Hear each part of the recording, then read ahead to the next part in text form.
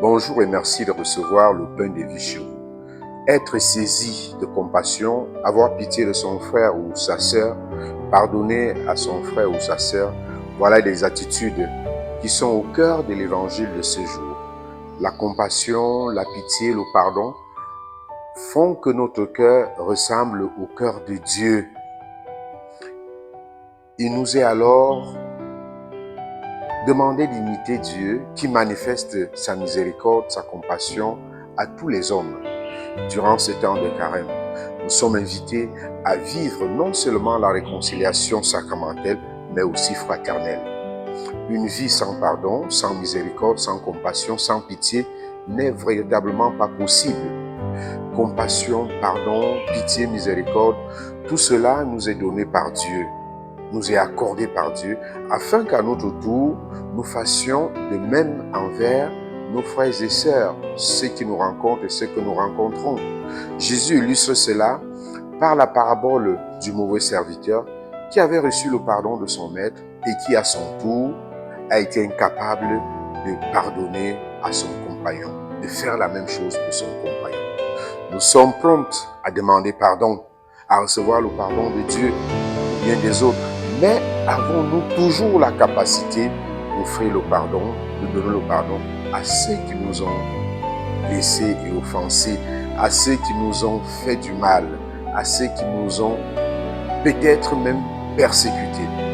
Pardonner n'est pas facile, ça il faut le reconnaître, mais quand nous arrivons à pardonner, nous mettons fin à une souffrance qui détruit notre cœur. Nous mettons fin à cela. Le non-pardon enferme. Il enferme l'autre dans son acte et il m'enferme moi-même aussi. Il me lie au passé, à la blessure, à la colère. Il nous empêche d'avancer. Alors que le pardon me libère et me permet d'avancer. Il me permet de rétablir les liens de fraternité et d'amitié qui ont été brisés. La dimension chrétienne du pardon reste toujours pour nous un grand mystère. Bien que pardonner soit une décision à prendre, nous ne pouvons pas pardonner avec nos seules forces.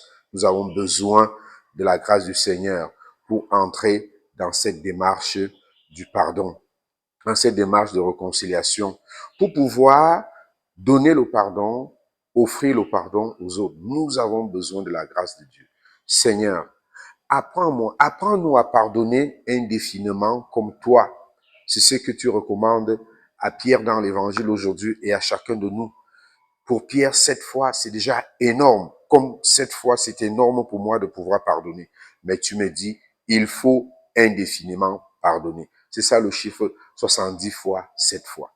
Puissions-nous demander la grâce et la force du pardon aujourd'hui pour que celui qui est déjà mort dans mon cœur, celui que mon cœur a du mal à pardonner, que je connais, que j'aille, que je fasse le pas pendant ce temps de carême, le pas de la réconciliation, que je lui offre cet amour de miséricorde, cet amour qui relève, cet amour qui rétablit, cet amour que moi je reçois aussi de Dieu gratuitement.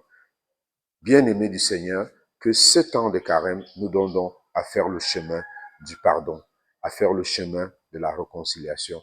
À tous et à chacun, nous souhaitons une très belle journée.